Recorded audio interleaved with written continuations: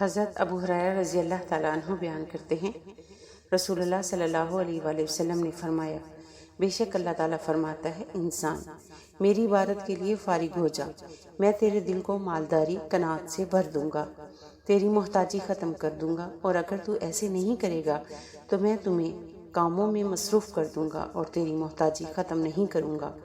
مشکوٰۃ المصابیح، حدیث نمبر 5172۔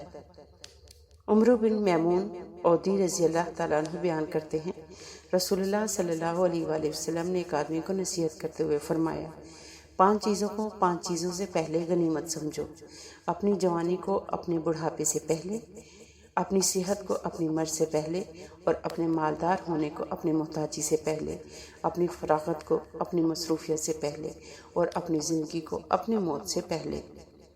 مشکوٰۃ المصابیح، حدیث نمبر 5174۔